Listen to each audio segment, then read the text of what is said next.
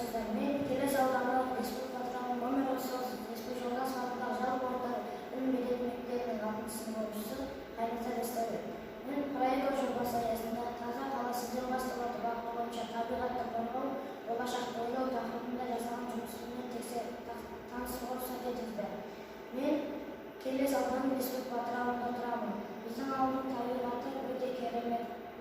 Біздің ауылдың қыр өткенінен кең далалы жасыл жайлауымыз бар.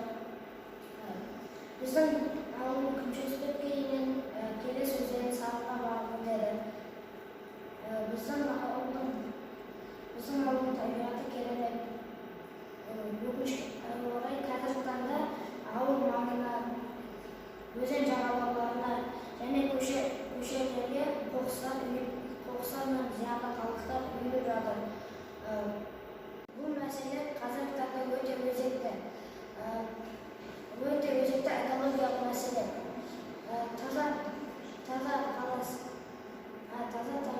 Таза болса табиғат, аман болар адамзат демекші.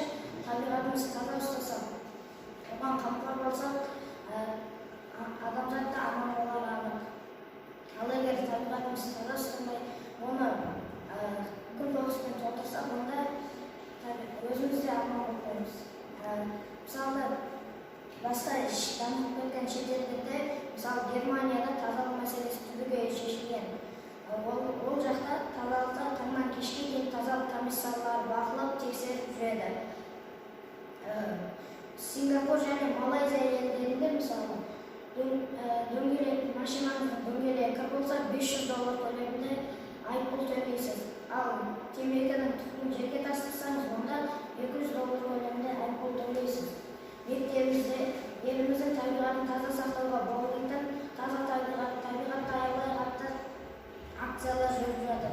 Мен де сыныптас достарыммен бірге осындай акцияларға қатысып, табиғатымызды таза сақтауға барынша үлесімді қосып келемін. Біздің ауылда ерте жастан экологиялық мәдениет жобасы аясында 2009 жылдан бастап жыл сайын ағаш егу дәстүрге айналған. Қазіргі таңда мектеп айналасында 2000-нан астам ағаш бар.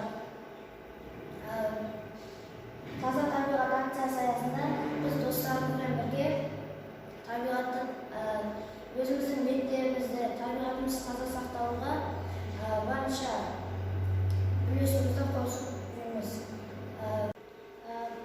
Өсімдіктің астына арам шөптерін жұламыз және ағаштарға жаман жәндіктер жоламас үшін түбін ағатамыз. Жасыл мектеп жобасы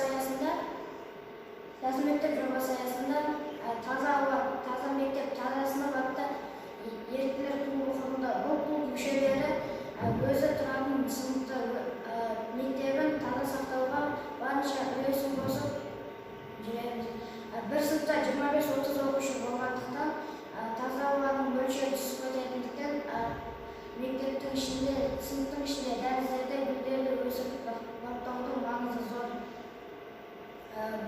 Бөлме гүлдерін сыныптас қыздар шаңнан тазартып, суарып және арам шөптерін жұлады.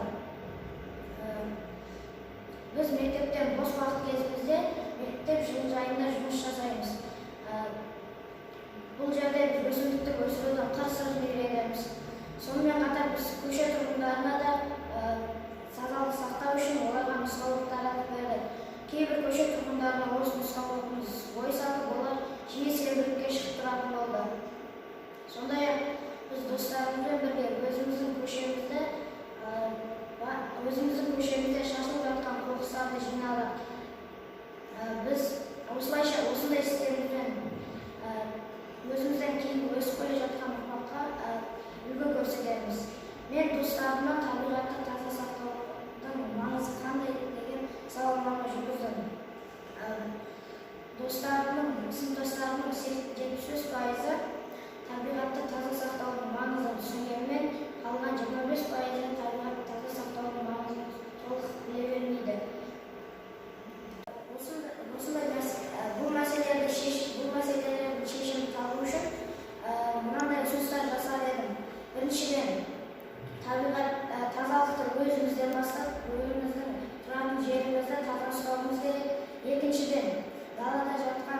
автобустарды жинап, сұрыптап, оларды қайта өңдеу заводтарына өткізуіміз керек.